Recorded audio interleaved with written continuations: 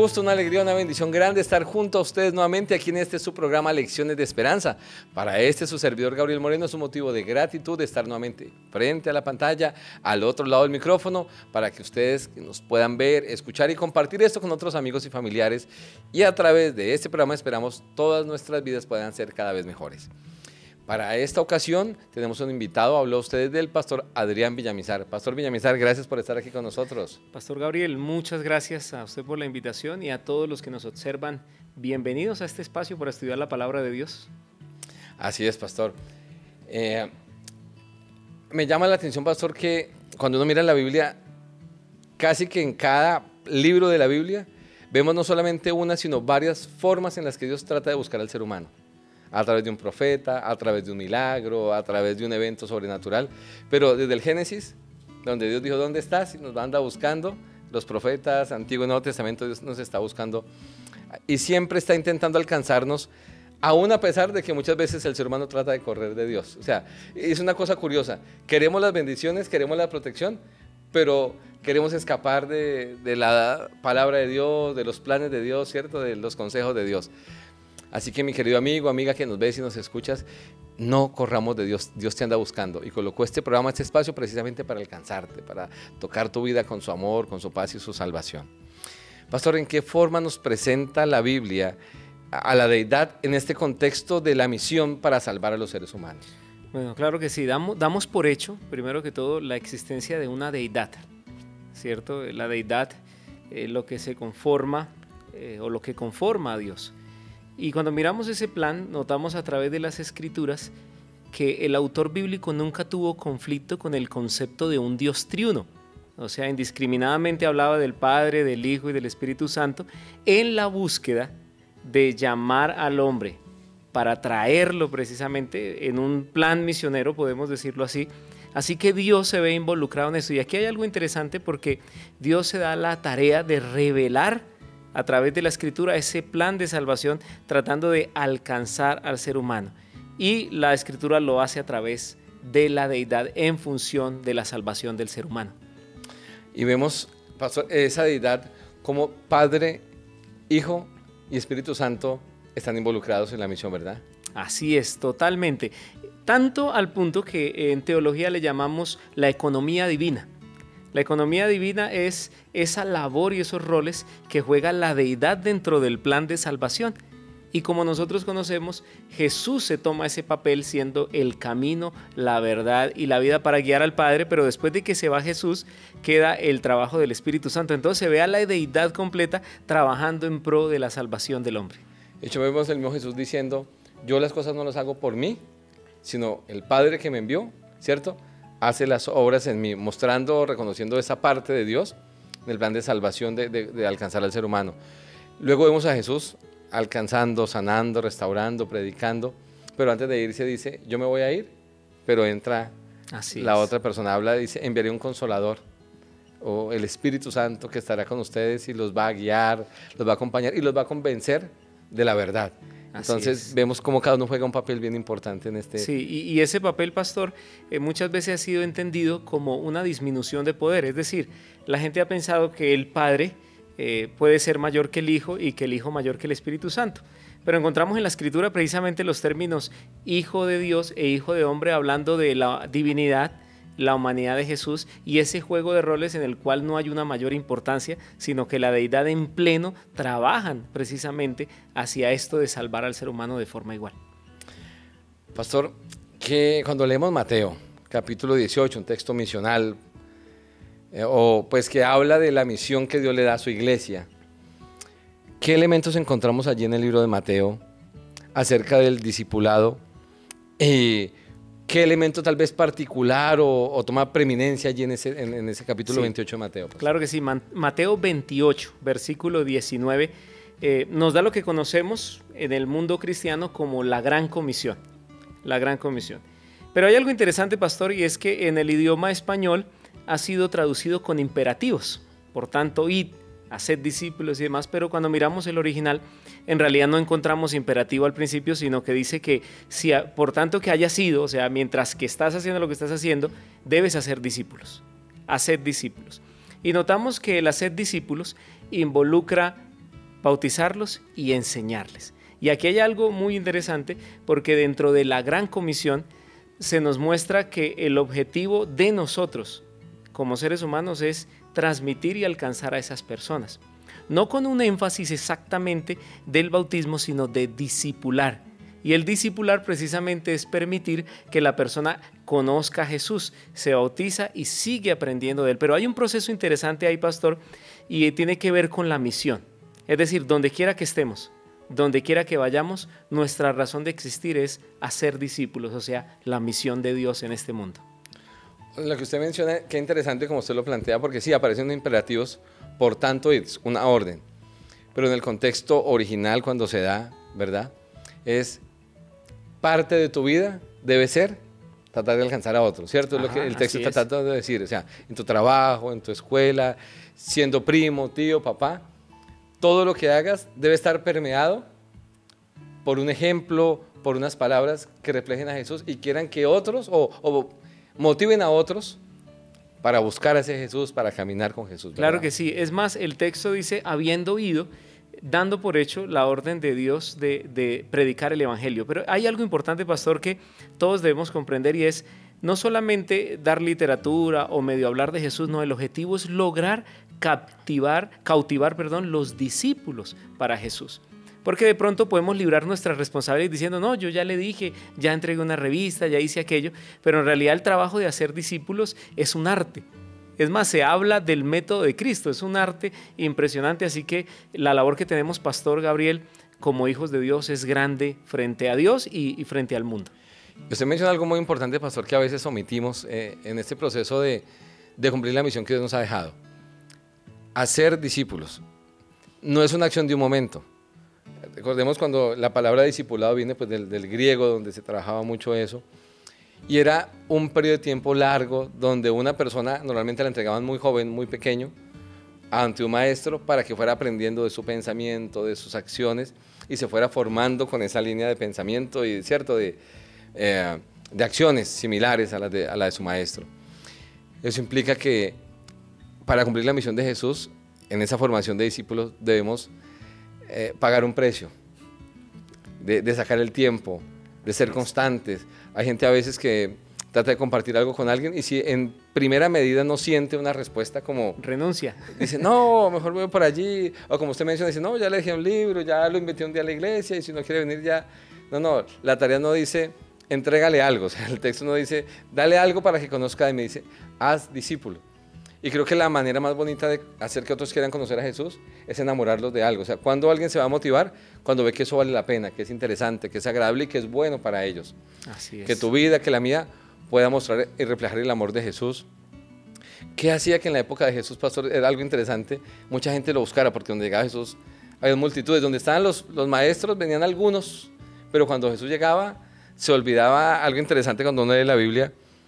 Se eliminaban casi como estas distinciones sociales que había en la época, se juntaban judíos, samaritanos, ricos, con pobres, ilustrados, que no era normal que se dieran esos momentos de coinonía entre personas tan distintas de ese entonces socialmente, ¿no? Pero era porque Jesús era atractivo en su trato con las personas, en su manera de expresarse, totalmente, atendiendo sus necesidades, ¿no? Entonces creo que eso es una lección, usted lo mencionó, esa parte del discipulado creo que a veces no la hemos entendido con claridad. Totalmente, debemos mezclar, pastor, siempre la doctrina con el testimonio. Jesús era especialista en predicar cuando tenía que predicar y sanar cuando tenía que sanar, y eso es algo que nosotros pues debemos seguir también como ejemplo. Así es, pastor.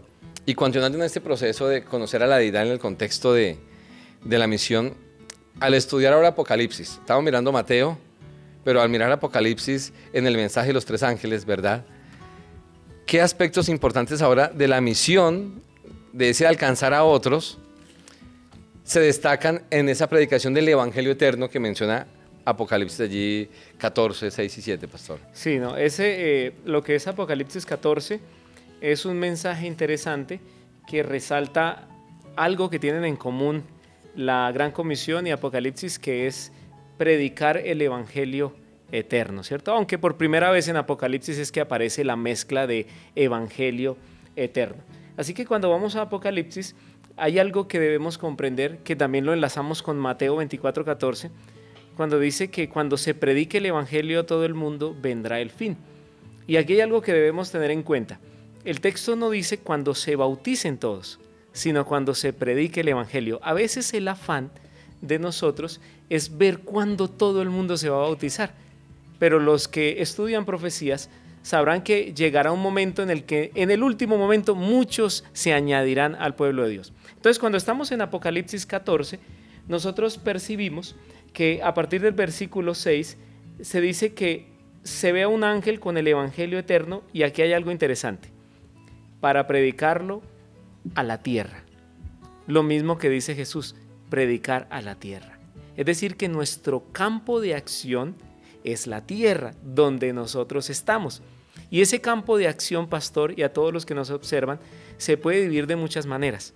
A alcanzar a los que tengo cerca, a alcanzar a los que pueden compartir una cultura conmigo, y por último, alcanzar a todas las naciones de la tierra. Y aquí, pastor, yo quiero que todos comprendamos que tal vez no podemos estar en todas, pero sí podemos participar en una. Hay misioneros que dan su vida para ir a otros países, hay personas que están en otras culturas, pero también nosotros tenemos lo que le pasó, por ejemplo, al endemoniado gadareno, quedarse en su casa y predicar a la gente que tiene más cerca. Así es, pastor. Entonces, qué importante saber que es una especie de mandato lleno de amor de Dios para nosotros, de compartir ese evangelio eterno. Yo veo a lo largo de la historia Dios a través de seres humanos cumpliendo su propósito, con Abraham, con Isaac, con Jacob, con Moisés, con José, con los profetas, con Jesús, con los discípulos, con los reformadores en la época de la Edad Media. Y hoy siento que Dios cuenta contigo y conmigo, ¿verdad? Así es. Para que seamos, discúlpeme, no sé si está bien la expresión, pastor, ser esos ángeles de parte de Dios, porque ángeles es un mensajero. Mensajero, claro, ¿verdad? que sí. Entonces, llevamos ese mensaje que tomamos en la Biblia, y que no solamente el mensaje vaya en nuestras palabras, sino en nuestra vida, que la gente pueda decir, oye, qué bonito. De hecho, mucha gente a veces reclama eso, dice, hay gente que habla de Jesús muy fácil, pero en su vida no se refleja. Totalmente. Pero cuando es reflejado Jesús, la gente es más atraída hacia Él que solamente con la predicación. Claro que sí. Apocalipsis, los primeros capítulos, se habla de los mensajes hacia los ángeles precisamente, o a esos comunicadores de Dios. Así que está bien, pastor, decir eso. Y cuando hablamos de evangelio eterno, debemos comprender las implicaciones que tiene, ¿cierto? El hecho de decir evangelio eterno es porque es un evangelio para salvación, y quien lo da es un ser eterno. Así es. ¿Cierto? Y eso nos implica a nosotros trabajar por esa labor, es decir, la vida eterna de las personas. Cuando leemos, por ejemplo, Jeremías capítulo 3, nos damos cuenta que en nuestras manos está el ser atalayas, comunicar la verdad, porque estamos jugándonos la vida eterna de las personas y la propia nuestra. Es decir, la labor de predicar el evangelio no es de los ministros, es de todo aquel que se ha hecho discípulo de Jesús. De todos. Así y es. créeme que nosotros lo hacemos siendo imperfectos, y tú también tienes la linda oportunidad de ser un agente de esperanza, de amor, de salvación, de restauración en la vida de otros. Mirando ese proceso de la misión de Dios, de cómo Dios trata de alcanzarnos, pastor, ¿qué nos dice la Biblia en cuanto al plan de Dios original cuando organiza o forma a su pueblo por primera vez en el Antiguo Testamento? O sea, ¿cuál era la función de Dios cuando organiza a Israel, le da su misión y da como su bendición especial sobre ellos? ¿Cuál era el propósito de Dios? Sí, hay algunos que piensan que la misión de Dios está en el Nuevo Testamento, ¿no? La iglesia, pero en realidad no es así. Podemos ver a Dios en un trabajo con la humanidad, porque debemos resaltar que a Dios le encanta crear, a pesar de los riesgos que hay. Aquí surge una pregunta teológica, ¿no? La gente siempre se pregunta, bueno, pastor, ¿y por qué si Dios sabía el futuro, creó sabiendo todo el mal? Es que Dios tiene un gusto por crear, ¿cierto? Y ese gusto por crear implica acercarse a sus criaturas. Solamente que en el protoevangelio, en Génesis 3:15, pues las cosas cambiaron y la misión ahora toma un rumbo diferente, y entonces Dios forma a su pueblo. Pero algunos creen que en el Nuevo Testamento se dio la misión, pero en realidad Abraham, al hacer un pacto con Dios, el objetivo era que en Abraham, es decir, al entrar en el pacto con Dios, todas las naciones fueran bendecidas. Todo el que llegara a Abraham sería bendecido. Pero ya luego, lo que pasa es que la gente, o sea, nosotros, la iglesia, ahora nosotros somos los que vamos hacia las personas. Pero el plan de Dios de la salvación siempre ha existido todo el tiempo. Por eso Pablo dice que Él es el que coloca el querer como el hacer, todo el tiempo. Pero la iglesia siempre ha estado en misión. Esa es la razón de ser. El día que no tengamos misión, mi querido y mi querida que me estás escuchando, el día que no tengamos objetivos, la pregunta es, ¿para qué militamos en la iglesia? Si Dios pudiera predicar por los ángeles o cualquier cosa, pero necesitamos una misión para mantenernos motivados y para mantenernos trabajando. Por ahí, no sé, Pastor Gabriel, si usted haya escuchado lo que le decía a uno, la tía, la abuelita, que la mente desocupada es taller del diablo, ¿cierto? En cierta forma es cierto, muy cierto. ¿Por qué? Porque cuando tú te mantienes conectado con la obra de Dios, el primero que se beneficia eres tú. Así es, y vemos, pastor, allí parte de ese plan de Dios con el pueblo era que fueran a alcanzar a otros. O sea, no era que Dios les dijo, los voy a llamar para que ustedes sean mejores que el resto y para que se sientan mejor. Les dijo, los voy a llamar, los voy a llenar de bendiciones para que ustedes con eso vayan y le cuenten a otros lo lindo que es caminar conmigo, les muestren en su vida. De hecho, Dios los hizo una nación grande, porque la presencia viene acompañada de promesas. Los bendeciré a decir, ustedes son una nación grande, ustedes van a prestar, no van a pedir prestado, serán cabeza, no serán cola. Y entonces era mostrar en el pueblo, un pueblo fiel con Dios, lo que Dios es capaz de hacer, y que como estaban ubicados en un lugar geográficamente estratégico, todas esas personas alrededor pudieran conocer y también recibir ciertos los favores de Dios. Interesante, pastor. Saben, a través de la Biblia vemos un teísmo pactual, es decir, un Dios pactual que actúa en una relación recíproca con sus hijos. Y el objetivo de la iglesia es mostrarle a la gente el plan y el pacto en el que estamos. Y aquí quiero hacer un énfasis especial, y es, si fuese solo bautizar, cualquiera se puede bautizar. El problema es que para bautizarse hay que pasar por un proceso de discipulado que implica conocer las normas de estar dentro del pacto de Dios. ¿Y cuál era el pacto? Pues aparte de esa vida personal y la salvación por gracia, por fe en Jesucristo, también era comprometernos en la misión de Dios. Y usted acaba de decir que Israel era un pueblo que era grande y próspero, y hoy en día podemos ver que de mucha forma ellos siguen siendo un lugar próspero en su conocimiento y demás. Y hoy tenemos la responsabilidad de ser cabeza y no cola, ¿no? Así que el testimonio es importantísimo para poder predicar este evangelio. De hecho, me llama la atención que al leer Génesis 12 dice Jehová, estoy leyendo aquí Génesis 12, versículo 1 al 3, ¿no? Vete de tu tierra, de tu parentela. Y el versículo 3 dice, bendeciré a los que te bendigan y a los que te maldigan maldeciré, y serán en ti benditas todas las familias de la tierra. O sea, los quiero utilizar para a través de ello, ¿cierto? Dar esa bendición extendida a muchos otros pueblos. Pastor, cerrando nuestro capítulo de hoy, ¿qué nos dice la Biblia acerca del alcance que se ha propuesto Dios con ese plan de bendición? O sea, ¿hasta dónde quiere llevar Dios ese mensaje y qué efecto quiere que tenga? Bien, obviamente Dios, cuando le dio la comisión a sus discípulos, empezó por la parte cercana, luego con la cultura compartida y luego hacia todo el mundo. Dios es justo y Dios es congruente, es decir, que Dios permite que todos los seres humanos conozcan el evangelio. Y ese evangelio, esa predicación debe ir hasta cuando las profecías dicen que es el fin del tiempo. Hay un tiempo de gracia que es importante poder aceptar, recibir. Y hay dos formas de acabar ese tiempo de gracia. El primero es cuando una persona muere, ha sellado su destino eterno. Y el segundo, las profecías lo plantean cuando llegue el fin del tiempo.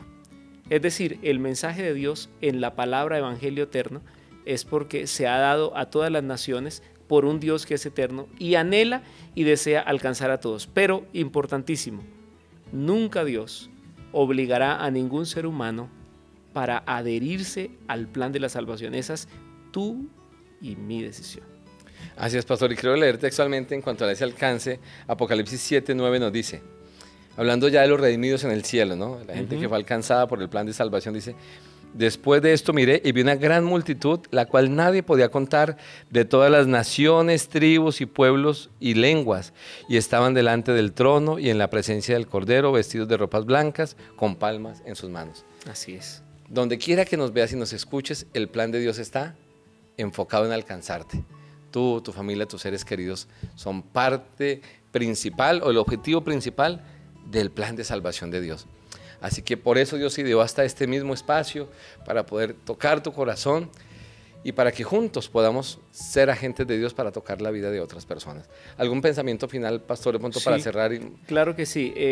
Juan capítulo 1, versículo 12 dice que más a todos los que le recibieron, o sea, Jesús, a esos se les hizo hijos de Dios. Yo quiero que tú sepas que cuando el evangelio llegue a tu puerta de una u otra forma, el día que tú lo aceptes, te sometas a ese pacto de Dios, empiezas a ser parte de los hijos de Dios. Y el poder de Dios que aparece en Mateo 28, 19, 20, que dice, y estaré con ustedes todos los días hasta el fin del mundo. La promesa es para nosotros, pastor. Así es, pastor, y tomando esa última parte de su mensaje, Dios quiere estar con nosotros, pero también quiere estar con esos otros amigos y familiares nuestros que están pasando momentos difíciles, y la forma en que lo va a hacer es a través de nuestro testimonio, de nuestras palabras, de nuestro abrazo, de nuestro cariño. Termino completando eso que leímos hace un ratito de Mateo 28. Por tanto, vayan a todas las naciones, hagan discípulos y bautícenlos en el nombre del Padre, del Hijo y del Espíritu Santo. Que Dios te pueda utilizar para que no por obligación, sino por pasión, muchos decidan algún día venir a caminar con Jesús. Y que tú puedas ser ese motivo que en el cielo digan, yo estoy acá porque un familiar, un amigo, un vecino, un compañero me mostró tu amor, oh Jesús. Así que gracias, pastor, por el tiempo que ha dedicado para estar aquí con nosotros. Vamos a hacer una oración, si nos lo permite. Claro que sí. Y orar también por todos ustedes donde están. Buen Dios, gracias por este momento bonito, donde nos recuerda, Señor, que sigues intentando de todas las maneras posibles alcanzarnos para salvarnos y amarnos. Gracias, Señor, porque la deidad completa, el Padre, el Hijo y el Espíritu Santo se han comprometido en este plan. Muchos hombres a lo largo de la historia se han comprometido. Y, Señor, ahora quieres también, en tu bondad, utilizarnos a nosotros para alcanzar a otros. Padre, tu plan no tiene límites. Acabamos de leer que tu plan es que en el cielo hayan personas de todas las naciones, tribus y lenguas, de todas las estaturas, de todas las formas físicas, Señor. Que puedas utilizar a quienes nos ven y nos escuchan para que pueda ser un agente de bendición en su lugar donde viven, pero también sus vidas puedan ser tocadas por ti. Nos dejamos en tus manos de amor para ser instrumentos y agentes de salvación y de vida eterna. Bendice al pastor Adrián, su familia y su ministerio. Que quienes nos ven y nos escuchan, Señor, puedan aceptar este plan y ser los primeros beneficiados con el amor de Dios. Nos dejamos en tus manos de amor, pues pedimos todo esto en el nombre bendito y santo de Jesús. Amén. Amén. Amén. Mis apreciados, un gusto haber estado con ustedes. Que la paz de Dios les cubre, les guarde, y estamos aquí diciéndoles que los esperamos muy pronto en un nuevo capítulo de Lecciones de Esperanza.